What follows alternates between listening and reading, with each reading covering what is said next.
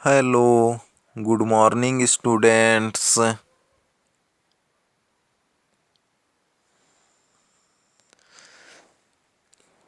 तो पिछले क्लास में हम लोगों ने प्रश्नावली 5.2 का क्वेश्चन नंबर 4 तक पढ़ लिए थे। तो आइए आज आगे पढ़ते हैं। तो आगे है हम लोग का क्वेश्चन नंबर 5।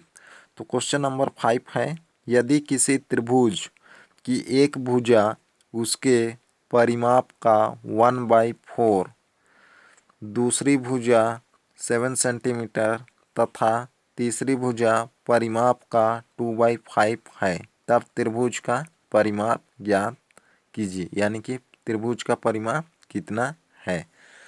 तो यहाँ एक त्रिभुज दिया है।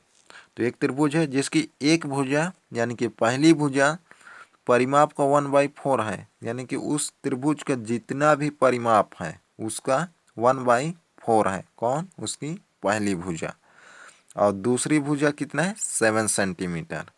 दूसरी भुजा का माप दिया है 7 सेंटीमीटर तथा तीसरी भुजा परिमाप का 2/5 है, यानी कि तीसरी जो भुजा है वह भी परिमाप यानी कि परिमाप जितना भी होगा उसका 2/5 है। तब त्रिभुज का परिमाप कितना है ये हम लोग को ज्ञात करना है।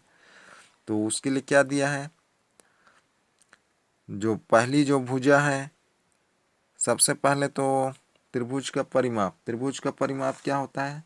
तीनों भुजाओं का योग होता है। तो अगर परिमाप को हम लोग S मान लेते हैं, माना त्रिभुज का परिमाप S है, नहीं पता है तो हम लोग S मान लिए हैं अभी।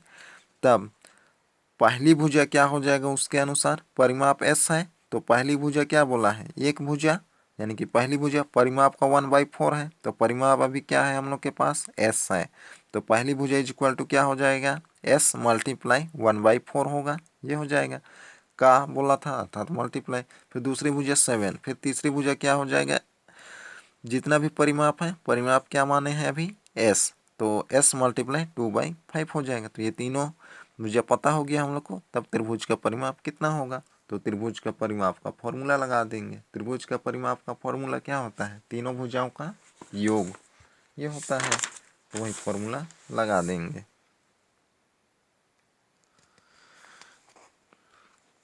परिमाप हम लोग को नहीं पता है, परिमाप भी ज्ञात करना है। तो मान लेते हैं, माना त्रिभुज का परिमाप, माना त्रिभुज का परिमाप S सेंटीमीटर है, S सेंटीमीटर है। तब प्रश्नानुसार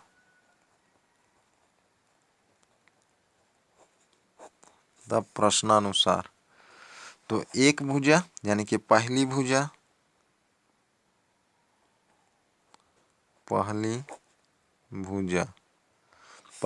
क्या है बोला था? परिमाप का 1/4। तो परिमाप क्या माने हैं? S। तो इसका 1/4 यानी कि S का 1/4 यानी कि 1/4 मल्टीप्लाई S हो जाएगा, अर्थात S सेंटीमीटर। ये हो जाएगा। इतना समझ गए। अब दूसरी भुजा दिया था, दूसरी भुजा इज इक्वल टू कितना था? 7 सेंटीमीटर था। ये हो जाएगा। और तीसरी भुजा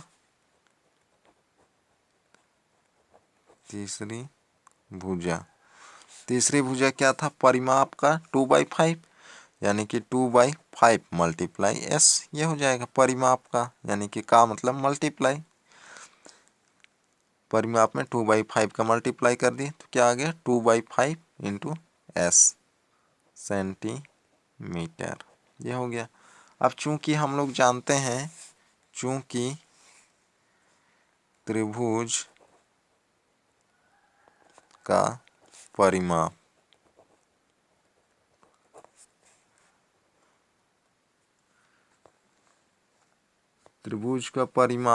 इज इक्वल टू क्या होता है? तीनों भुजाओं का योग, तीनों भुजाओं का योग, ये होता है।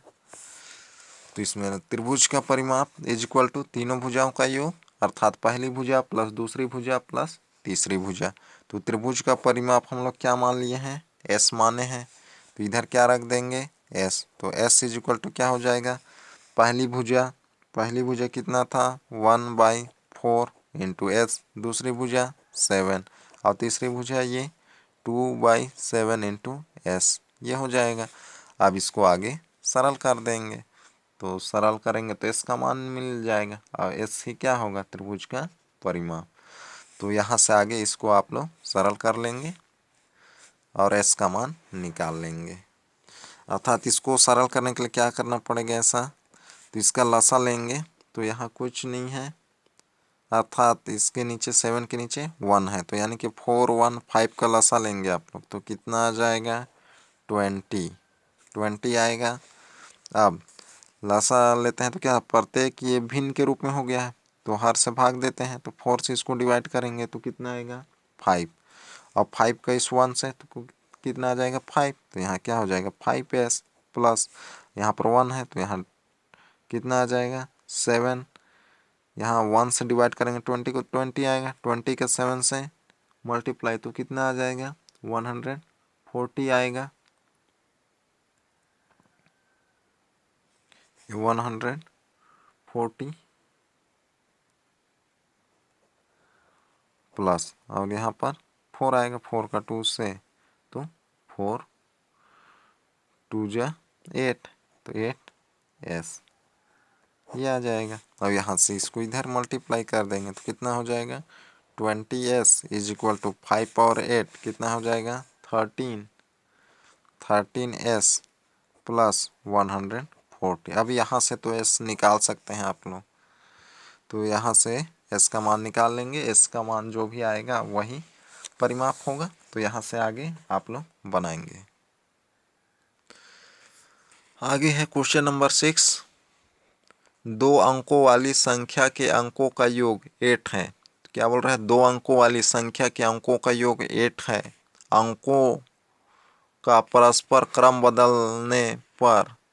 क्रम बदलने पर प्राप्त संख्या दी संख्या से 18 अधिक है, वह संख्या ज्ञात कीजिए। तो यहाँ क्या बोल रहा है, 2 अंकों वाली संख्या है, 2 अंकों वाली संख्या तो अर्थात क्या होगा, उसमें इकाई और दहाई होगा और वही दोनों इकाई और दहाई का योग कितना है, यानी कि दोनों अंकों का योग यानी कि इकाई और दहाई का योग कितना है 8 है। अंकों को परस्पर क्रम बदलने पर प्राप्त संख्या, यानी कि अंकों का क्रम अर्थात इकाई को दहाई, दहाई को इकाई कर देंगे, तब जो संख्या मिलेगा यानी कि प्राप्त संख्या दी गई संख्या यानी कि पहले वाली संख्या से कितना है 18 अधिक है, वह संख्या ज्ञात कीजिए। यानी कि क्रम बदला गया संख्या जो है वह प्राप्त संख्या, अंकों को परस्पर क्रम बदलने पर प्राप्त संख्या, तो क्रम बदलेंगे तो जो भी प्राप्त संख्या होगा वह दी गई संख्या यानी कि पहले संख्या से कितना अधिक है 18 अधिक है, तो वह संख्या ज्ञात कीजिए। तो वह संख्या ज्ञात करना है, तो 2 अंकों वाली संख्या है तो उसमें इकाई और दहाई होगा। तो हल नंबर 6 नंबर है। तो मान लेते हैं, माना संख्या का इकाई अंक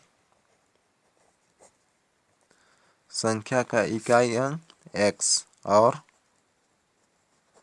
दहाई अंक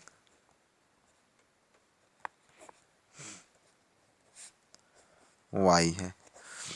तो इकाई अंक को क्या मान लिए हैं हम लोग, x माने हैं, दहाई को y माने हैं। तब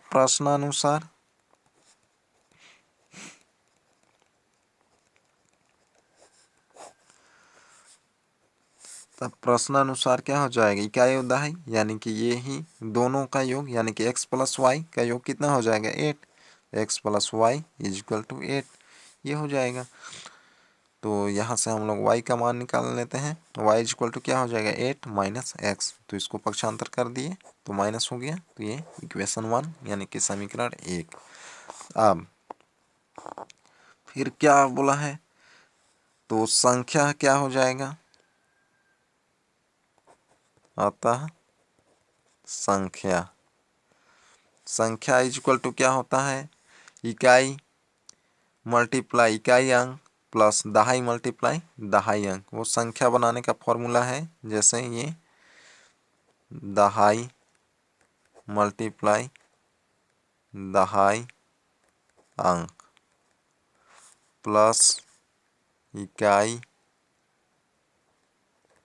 मल्टीप्लाई इकाई अंक। तो ये होता है, ये फॉर्मूला है। इधर से लेते हैं पहले, इकाई मल्टीप्लाई इकाई अंक प्लस दहाई मल्टीप्लाई दहाई अंक। अगर सैकड़ा 3 अंकों वाला रहता तो सैकड़ा मल्टीप्लाई सैकड़ा अंक होता।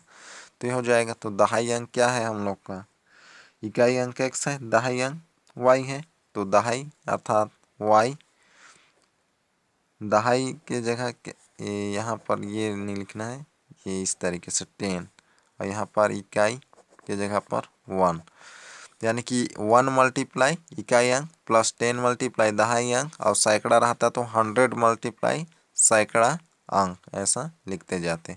तो यहाँ क्या हो जाएगा, 10 मल्टीप्लाई दहाई अंक, तो दहाई अंक क्या हो जाएगा y, तो मल्टीप्लाई y प्लस 1 इकाई अंक क्या है x है, तो मल्टीप्लाई x, ये हो जाएगा। तो संख्या क्या मिल गया, 10y प्लस x, या इसी को हम लोग क्या लिख सकते हैं, x प्लस 10y, ये हो जाएगा। तो इतना समझ गए। अब यहाँ पर हम लोग को y का मान पता है, यानी कि y ये यहाँ से निकाल लिए हैं समीकरण 1। तो x प्लस 10 y का मान क्या है 8 माइनस x, ये हो जाएगा। इसको सरल कर देंगे तो क्या हो जाएगा,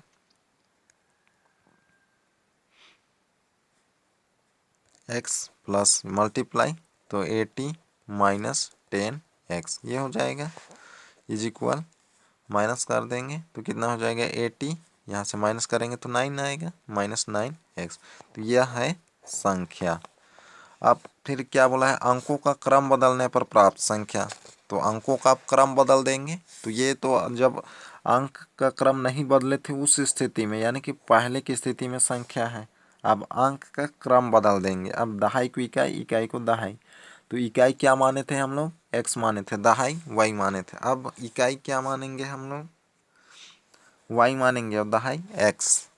तो अंकों का क्रम बदलने पर प्राप्त संख्या इज इक्वल टू अंकों का क्रम बदल देंगे तो संख्या। तो यह संख्या ये मिला था हम लोग को, ये 10y प्लस x मिला था। तो अब 10y, तो 10 के साथ अब क्या हो जाएगा, मल्टीप्लाई x होगा, और x की जगह y हो जाएगा। तो क्या हो जाएगा 10x प्लस y हो जाएगा ये। अब यहाँ पर फिर से y का मान रख देंगे। y का मान कितना था हम लोग का, 8 माइनस x था। तो इसको हल कर देंगे तो कितना हो जाएगा 9x प्लस 8। तो ये अंकों का क्रम बदलने पर संख्या ये मिला, और पहले का संख्या क्या था 80 माइनस 9x। तो दोनों संख्या मिल गया, पहले का संख्या और क्रम बदलने पर संख्या। अब प्रश्नानुसार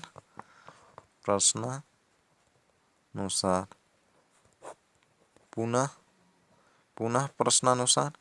तो पुनः प्रश्नानुसार क्या बोला था, क्रम बदलने पर जो दी गई क्रम बदलने पर प्राप्त संख्या दी गई संख्या का कितना अधिक है, 18 अधिक है बोला था क्वेश्चन में। तो क्या हो जाएगा, क्रम बदलने पर प्राप्त संख्या। तो क्रम बदलने पर प्राप्त कौन संख्या है, ये संख्या प्राप्त हुआ हम लोग को। तो यही संख्या क्या है, पहली संख्या, यानी कि ये से कितना अधिक है, 18 अधिक है बोला था।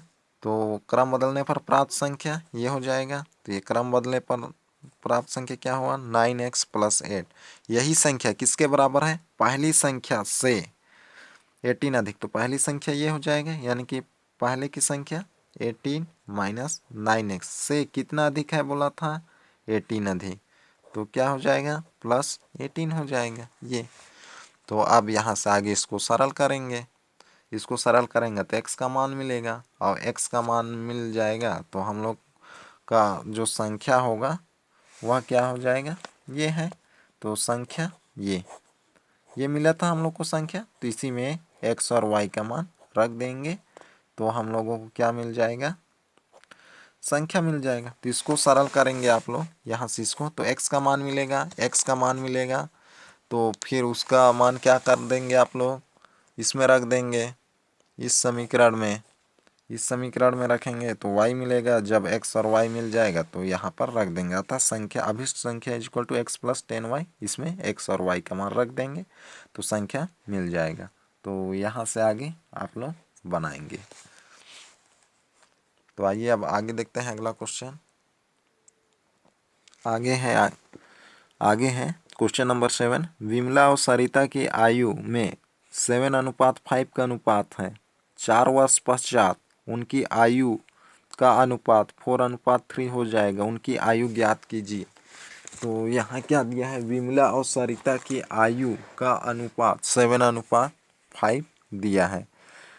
तो ये क्या है, वर्तमान आयु है, फिर आयु का अनुपात है, फिर 4 वर्ष पश्चात उनकी आयु का अनुपात कितना हो जाता है, 4:3 हो जाएगा। उनकी आयु याद कीजिए। जब भी अनुपात वाला दिए रहेगा तो उसमें क्या कर लेना है, x शामिल कर लेना है। तो इसके लिए क्या मान लेंगे आप लोग, माना विमला और सरिता की वर्तमान आयु 7x और 5x हो जाएगा। फिर 4 वर्ष पश्चात निकालना है, तो किसी भी आयु का 4 वर्ष बाद निकालना रहता है तो क्या कर देंगे, 4 पश्चात बोला है तो जितना वर्ष पश्चात बोलेगा उसको क्या कर देते हैं, प्लस कर देंगे तो वो निकल जाएगा उतने वर्ष पश्चात। तो 4 वर्ष पश्चात निकालने के लिए इन दोनों का क्या कर देंगे, 4 प्लस कर देंगे तो हो जाएगा।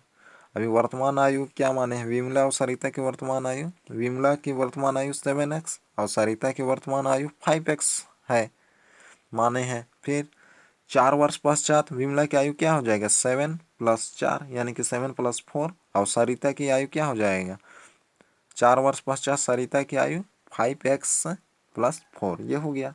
फिर प्रश्नानुसार क्या कर लेंगे, 4 वर्ष पश्चात आयु का अनुपात ये हो जाएगा 4 अब अनुपात 3, वहाँ से फिर x का मान निकाल लेंगे। जब x निकलेगा तो फिर वहाँ पर रख देंगे विमला और सरिता की आयु में।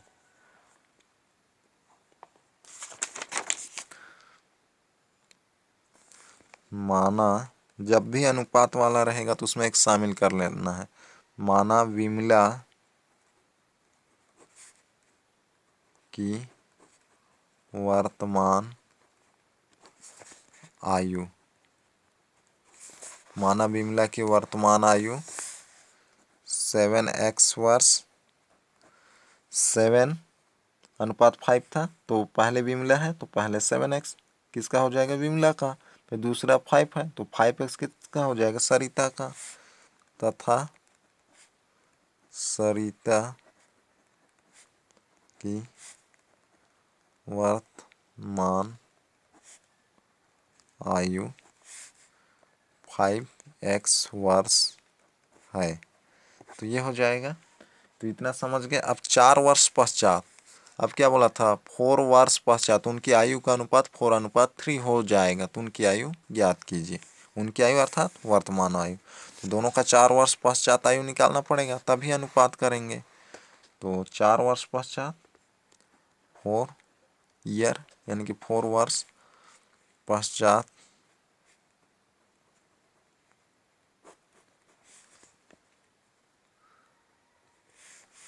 विमला, 4 वर्ष पश्चात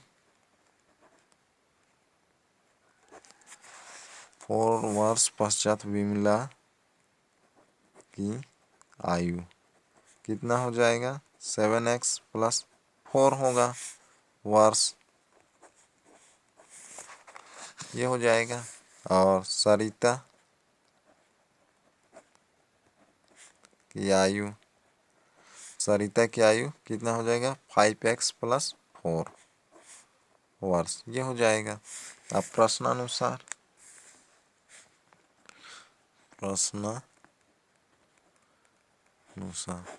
4 वर्ष पश्चात इनकी आयु का अनुपात कितना हो जाता है? 4 वर्ष पश्चात इनकी आयु का अनुपात 4:3 हो जाता है। तो 4 वर्ष पश्चात ये आयु पता हो गया, तो इसका अनुपात कर लेंगे। तो क्या हो जाएगा?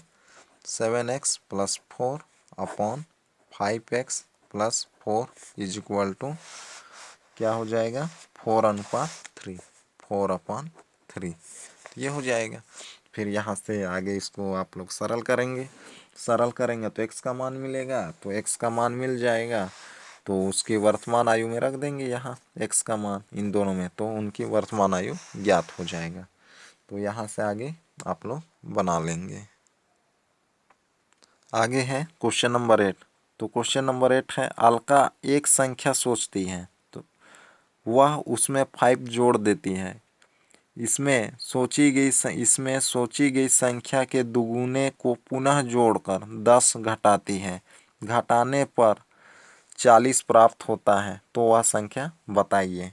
तो क्वेश्चन बोल रहा है अलका एक संख्या सोचती है, कोई सा भी सोचती है, वह उसमें 5 जोड़ देती है। क्या कर देती है? 5 जोड़ देती है। इसमें सोची गई संख्या के दो गुने को पुनः जोड़कर, यानी कि इसमें मतलब कि जो भी पहली संख्या सोची थी उसमें 5 जोड़ी थी, उसी में क्या कर दे रही है? पुनः 10 जोड़कर, यानी कि जो भी सोची है उसकी संख्या उसको दोगुना कर 10 जोड़ देती है। 10 उसको जोड़कर, यानी कि दोगुना को जोड़कर 10 घटा देती है। तो घटाने पर 40 प्राप्त होता है, तो संख्या ज्ञात कीजिए। तो यहाँ पर अलका मान लेते हैं अलका x सोचती है, तो x सोचती है तो कितना सोची है अभी? x। तो वह उसमें 5 जोड़ देती है, तो x में 5 जोड़ देगी तो कितना हो जाएगा? x + 5 होगा। फिर इसमें अर्थात जो पहले सोची है उसी में, इसमें सोची गई संख्या के दो गुने, सोची गई संख्या के दो गुने, यानी किसका? x सोची थी तो x का दो गुना कितना होगा? 2x होगा, को पुनः जोड़कर, यानी कि 2x को जोड़कर क्या कर देती है? 10 घटा देती है। तो 5 जोड़ने पर संख्या क्या मिला था?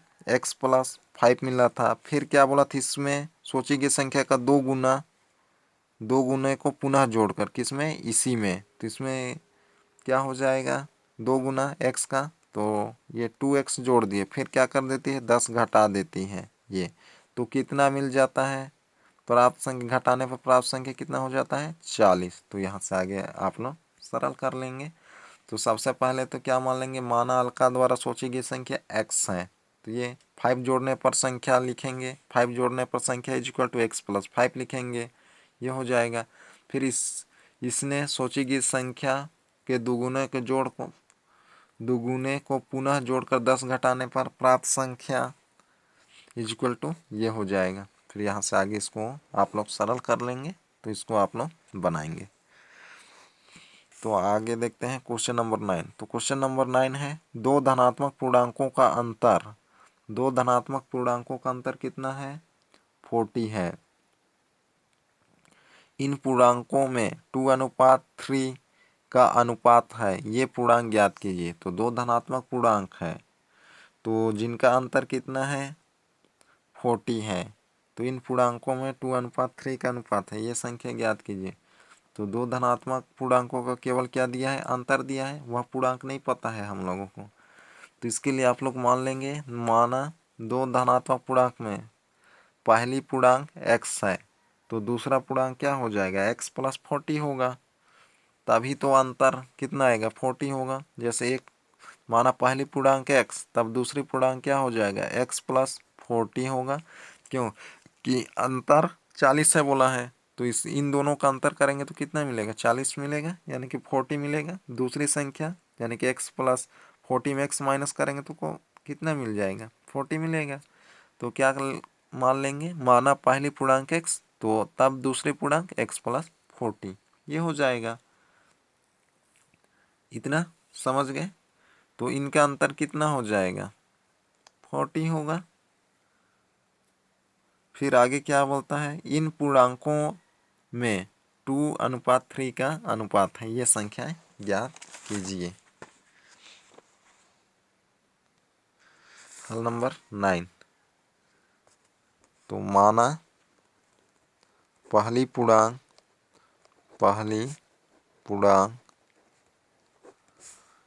x है, तब दूसरी पूर्णांक कितना हो जाएगा, x प्लस 40 होगा। ये हो जाएगा दूसरी पूर्णांक x प्लस 40 होगा। तो इसमें क्या हो जाएगा, इसलिए उसका अंतर कितना दिया है 40, तब क्या हो जाएगा x plus 40 minus x is equal to 40, ये हो जाएगा। तो फिर प्रश्नानुसार लगा देंगे, प्रश्नानुसार। तो प्रश्नानुसार तो दोनों पूर्णांकों का अनुपात, तो यही दोनों पूर्णांकों का अनुपात क्या हो जाएगा, x upon x plus 40 is equal to 2/3। तो यहाँ से आगे इसको आप लोग सरल कर लेंगे। सरल करने के बाद इसमें ये पहली पूर्णांक मिलेगा, x मिलेगा, तो फिर यहाँ x का मान रखेंगे तो दूसरी पूर्णांक। तो यहाँ से आगे इसको आप लोग हल कर लेंगे। तो आगे देखते हैं क्वेश्चन नंबर 10। तो क्वेश्चन नंबर 10 है तीन क्रमागत गुणजों का योगफल 555 हो तो ये गुणज ज्ञात कीजिए। तो तीन क्रमागत किसका है, 5 का गुणज, 5 के तीन क्रमागत गुणजों का योगफल 555 है, तो ये गुणज ज्ञात कीजिए। तो 5 के तीन क्रमागत गुणज क्या होगा, पहले माना 5 के तीन क्रमागत गुणज x, फिर x प्लस 5 तथा x प्लस 10 होगा। यानी किसी भी संख्या का क्रमागत गुणज निकालना रहता है तो अगर पहला हम लोग x मानते हैं तो 5 का गुणज निकाल रहे हैं, तो दूसरा गुणज क्या होगा x प्लस 5, तीसरा गुणज क्या होगा x प्लस 10 और चौथा गुणज क्या होगा x प्लस 15। यानी कि 5 से जो जो डिवाइड होगा, डिवाइड होने वाली संख्या को उसमें जोड़ते जाएंगे। तो अगर पहला माना तीन क्रमागत गुणज, माना पहला गुणज x मानेंगे तो दूसरा गुणज क्या हो जाएगा x प्लस 5, तीसरा गुणज क्या हो जाएगा x प्लस 10, अगर चौथा रहता तो क्या हो जाता है x प्लस 15 ऐसा। तो चौथा नहीं लेना है, कहाँ तक लेना है, केवल 3 तक। ये हो जाएगा। अब प्रश्नानुसार क्या कर देंगे, तीनों को आप लोग मल्टीप्लाई कर देंगे, यानी कि x multiply x plus 5 multiply x plus योगफल बोला था, तो जो तीनों को जोड़ देंगे, इन तीनों को x plus x plus 15 plus x plus 10, तो फिर इसको इसके बराबर है बोला तो रख देंगे, तो वहाँ से x निकल जाएगा, 3 में रख देंगे तो गुणज मिल जाएगा। तो यह आप लोग बनाएंगे। तो आगे है क्वेश्चन नंबर 11। तो क्वेश्चन नंबर 11 है रोहित की आयु प्रदीप की आयु के 2 गुने से 5 वर्ष अधिक है। 6 वर्ष पूर्व प्रदीप की आयु रोहित की आयु की 1/3 थी, तब दोनों की आयु ज्ञात कीजिए।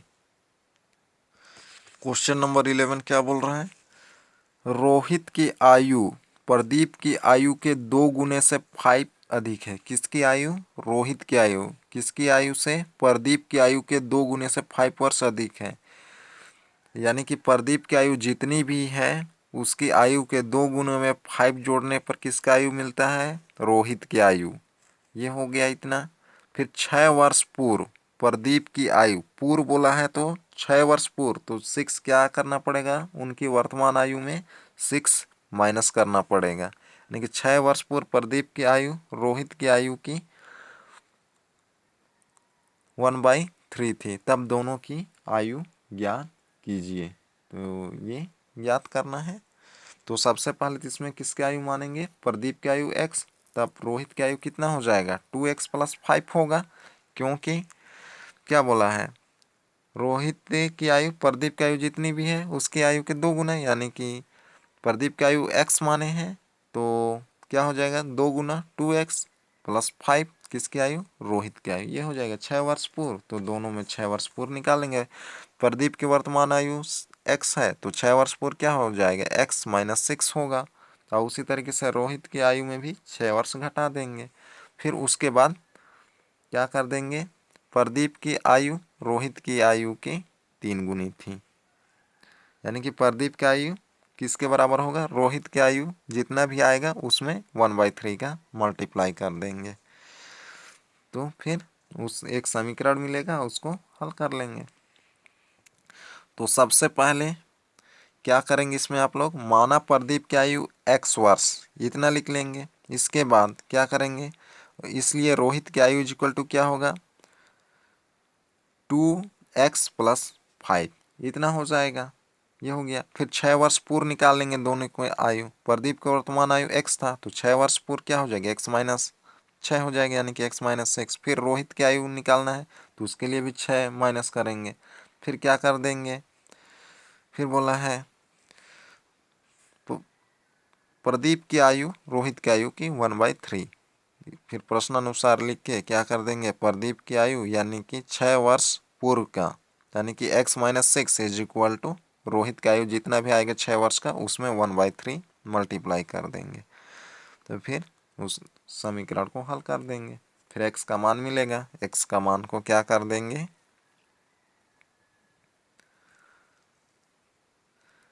रख देंगे जो भी वर्तमान आयु माने हैं उसमें। तो ये बनाएंगे आप लोग, जैसे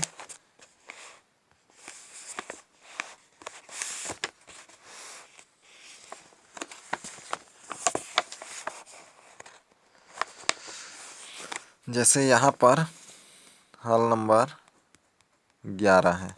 जैसे यहाँ पर मान लेंगे, माना यहाँ लिखेंगे आप लोग, माना प्रदीप की वर्तमान आयु x वर्ष है, लिखेंगे जो मैं बोल रहा हूँ उसको, माना प्रदीप की वर्तमान, ये प्रदीप का है, माना प्रदीप लिख ही देता हूँ, माना प्रदीप की वर्तमान आयु, वर्तमान आयु x वर्ष है, x वर्ष है, तब रोहित की आयु, तब रोहित की आयु क्या हो जाएगा, प्रदीप की आयु जितना भी है उसका 2 गुना में 5 अधिक है, यानी कि 5 जोड़ देंगे तो क्या हो जाएगा, 2x + 5 ये हो जाएगा वर्ष। ये इतना हो जाने के बाद क्या करेंगे, 6 वर्ष पूर्व निकालेंगे, 6 वर्ष पूर्व, 6 वर्ष पूर्व दोनों का आयु, प्रदीप की आयु तथा 6 वर्ष पूर्व प्रदीप की आयु कितना हो जाएगा, x - 6 वर्ष ये हो जाएगा इतना। फिर उसी तरीके से यहाँ 6 वर्ष पूर्व कितना, इसका रोहित की आयु, 6 वर्ष पूर्व रोहित की आयु कितना हो जाएगा, 2x + 5 - 6 ये हो जाएगा। इसको आप लोग सरल कर लेंगे। फिर प्रश्नानुसार क्या बोला है, 6 वर्ष पूर्व प्रदीप की आयु, ये प्रदीप की आयु रोहित की आयु का कितना है 1/, ये इसको सरल कर देंगे तो क्या हो जाएगा, 2x + 5 - 6, तो क्या मिलेगा 2x - 1, तो ये 6 वर्ष पूर्व। फिर क्या बोला था, 6 वर्ष पूर्व, तो ये है 6 वर्ष पूर्व प्रदीप की आयु, 6 वर्ष पूर्व ये प्रदीप की आयु रोहित की आयु का 1/3, तो क्या हो जाएगा 1/3 2x - 1 ये हो जाएगा। इसको सरल कर लेंगे और जो वर्तमान माने थे इसमें रख देंगे तो दोनों का आयु ज्ञात हो जाएगा। तो इस तरीके से बनाना है ये। और क्वेश्चन नंबर 12, तो क्वेश्चन नंबर 12 बनेगा तो आप लोग बना के देख लेंगे। तो आज का होमवर्क आप लोगों का रहेगा क्वेश्चन नंबर 10 और क्वेश्चन नंबर 11। तो आज का क्लास यहीं तक, अगले क्लास में फिर मिलते हैं। Okay bye.